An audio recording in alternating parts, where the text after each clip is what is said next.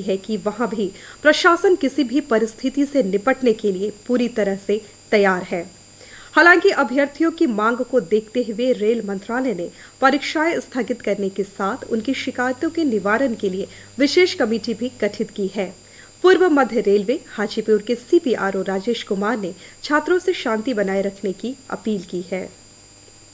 मैं आपके चैनल के माध्यम से सभी छात्रों से यह अपील करना चाहूँगा कि रेल मंत्रालय आपकी जो समस्याएं हैं उसके लिए काफ़ी संवेदनशील है। इसीलिए हम लोगों ने एक 5 सदस्यीय हाई पावर कमेटी का गठन किया है।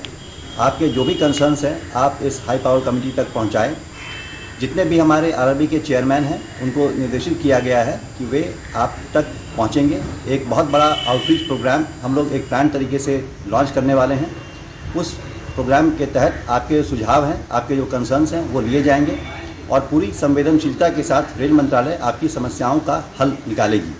मेरा आपसे पुनः निवेदन है कि आप बिल्कुल शांति बनाए रखें और धीरज रखें, धैर्य रखें।